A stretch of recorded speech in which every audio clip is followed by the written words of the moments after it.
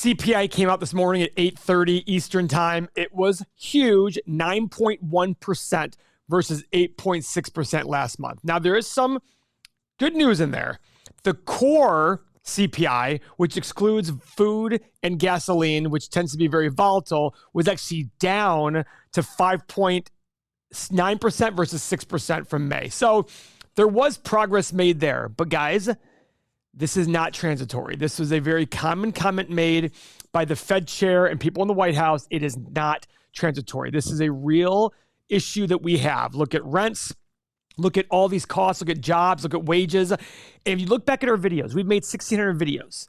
And in these videos, we explain when you start issuing checks to people, just a matter of time before it causes inflation. So if you're new to this channel, I'm Paul. This is what I do. I teach value investing. And I teach economic ideas and business ideas because I believe the more you learn, the less you'll fear. CPI, inflation, all these headlines are very fearful. Be calm. It will be just fine. You're in this for the long haul. Our average viewer is under the age of 50, 25 to 50. So when you're looking at it that way, you have a long life to live. The last time inflation was this high was November of 1981. I was a mere 4 months old at that time. Actually, not even living in the US. I was living in England. So inflation was high. Interest rates were high. They're already banking on a 1% increase, at least 0.75% increase in rates. This is a very, very important thing to check out. So what does that mean? It means the cost to borrow will go higher. This is a way of cooling down the economy. Now, how does it affect stocks? Well, last time we reported inflation, stocks plummeted. And this morning, stocks plummeted. And now they've rebounded. I think we were positive at one point today, but we're pretty much even. I don't check it all the time. But for some reason, stocks are back up again. I don't know why. But guys, higher interest rates. Remember, a big justification for higher stock prices were interest rates being lower. But now I hear people saying, well, yes, but interest rates go up. It means the economy. I'm like, okay, the economy is doing better. Therefore, I'm like, well, wait a second. You can't have them be both. At the end of the day, what I teach on this channel is a long-term value approach. So what does that mean? That means that I look at everything from a long-term perspective. I don't worry about the day-to-day news. What I worry about is, okay, interest rates are low. Does that mean that stocks should go sky high? Well, if interest rates are going to be low forever, sure, that's justifiable on these valuations. But we all know, you look at history of interest rates, the 10-year treasury, mortgage rates were 18% in the early 1980s. Early 1980s, they were 18%. People are crying now because they're 6%. That's my point. I look at a long-term perspective. And when interest rates were very, very low in the last 10 years, I sat there and said, is this really sustainable? I did not believe they were. But keep in mind, I can be wrong. In 2005 and 2006, I didn't think interest rates 10 years later would be lower than they actually at that point. And it ended up happening that way. They were much lower. There was a time I was still calling for negative interest rates at some point because of how I thought the Fed would want to spur the economy even further. And I truly believe that if we didn't hit this inflation issue, that was definitely in the cards. So inflation is a real cost. It affects people. So people out there, one thing I've always heard is we need this check. We need the checks to go out. We need to help people. California just issued checks for minimum living and things like that. Guys, whenever you give people a lot of money for free, they're going to go buy stuff. That buying stuff will spur demand. When demand increases, people got to go hire more people to fill that demand. Wages go up. It's a cycle. That's what causes inflation. It's not merely, let's just pay more money. As I've said before, if we made the minimum wage in this country $1 million a year, home prices would go to $100 million on average. I mean, it would just skyrocket. Why? Because you've made the floor $1 million. It doesn't matter. You're not going to be wealthier. You're still going to have, all of a sudden, inflation is going to take over and your net effect, your real wealth has not changed. That is a fact of economics. So as much as I understand the whole argument for minimum wage and things like that, you cannot argue that it is inflationary. Make minimum wage $50 an hour. You're going to have people at McDonald's working for $50 an hour, which is fine, but don't get upset when your Big Mac is now $15 instead of $4, $5, $6 what it is today. That's just the reality. And don't get upset when there's kiosks at McDonald's asking you, like they already have, asking you to select which order you want so they save on labor. This is the reality of things. But it's not just a one, do this. There's a ripple effect. There's a domino effect. There's a trickle-down effect, as much as some people don't want to admit that. This stuff occurs day in and day out. This is not, I'm not, Seth on the show will sometimes say to me like, Paul, you called this. I'm like, well, I didn't really call it. I just sat there and said, if I put my hand in a fire, it's going to get burnt. That's not me being some savant. It's just me sitting there saying, hey, you want to give people a lot of money? We're probably going to have inflation. Have I been wrong on that? Absolutely.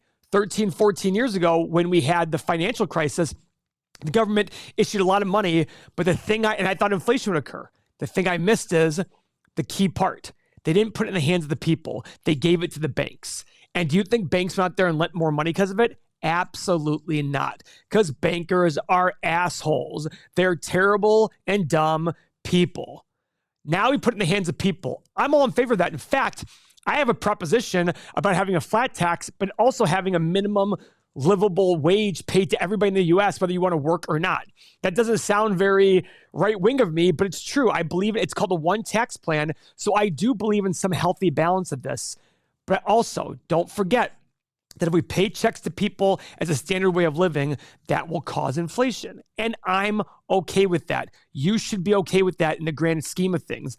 That is why we're here to learn and teach you guys, because the more you learn, the less you'll fear. This is an absolute reality of everything in life. So I'm going to talk about the stock market, where I think it's at right now. But first, we'd like to thank our sponsor, DynastyOwner.com. If you want the business side of sports, of fantasy sports, join DynastyOwner.com. So guys, this is kind of a generic chart we talk about when it comes to bubbles.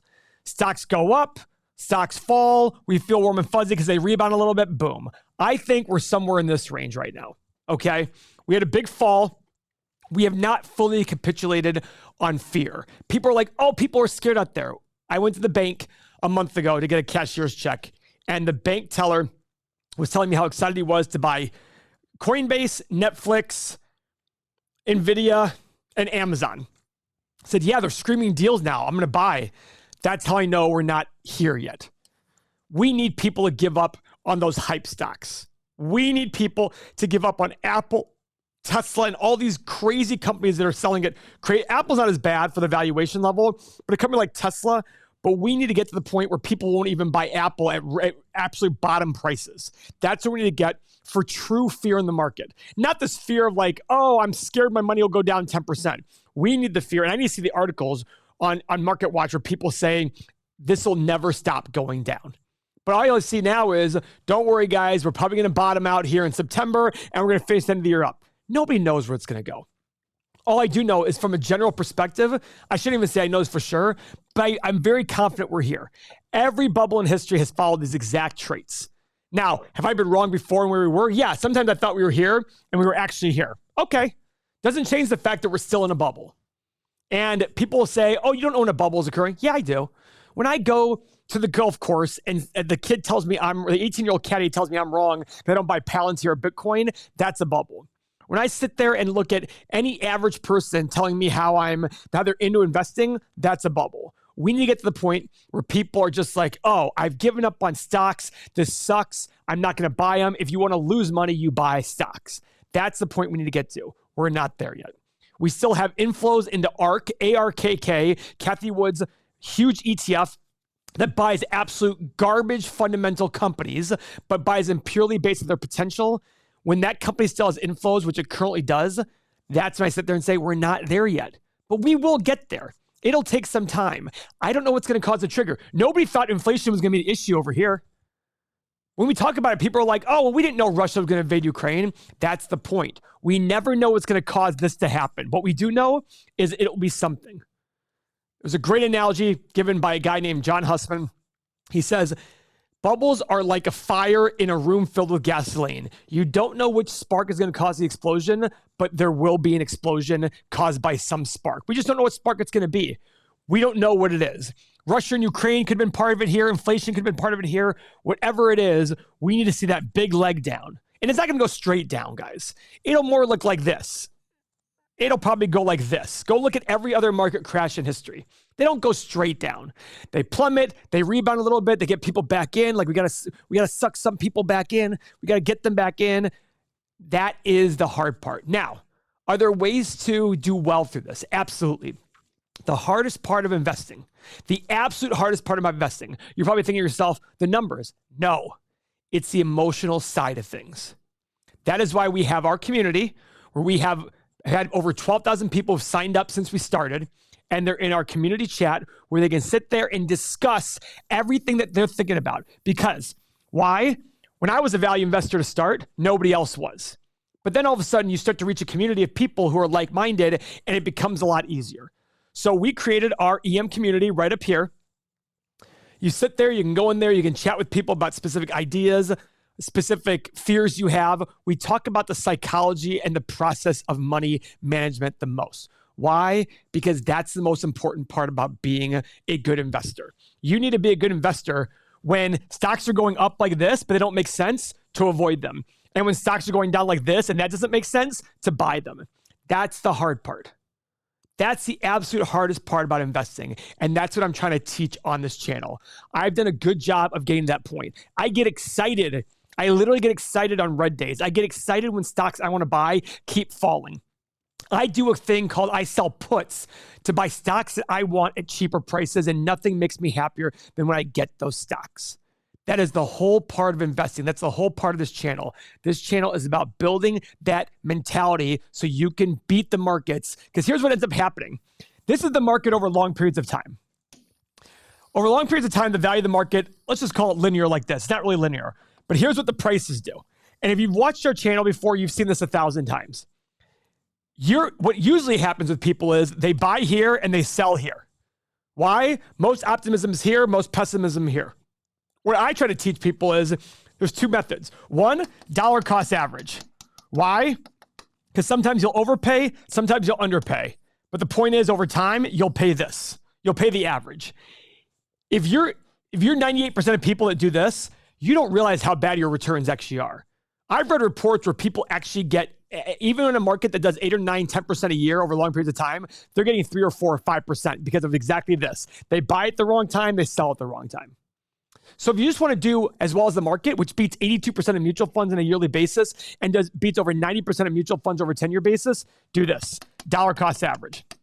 And if you want to buy individual stocks, all the more reason why you need to be part of this community. Subscribe to the channel, join the software for less than a cup of coffee per day, everythingmoney.com or patreon.com/everythingmoney if you're one of our international users.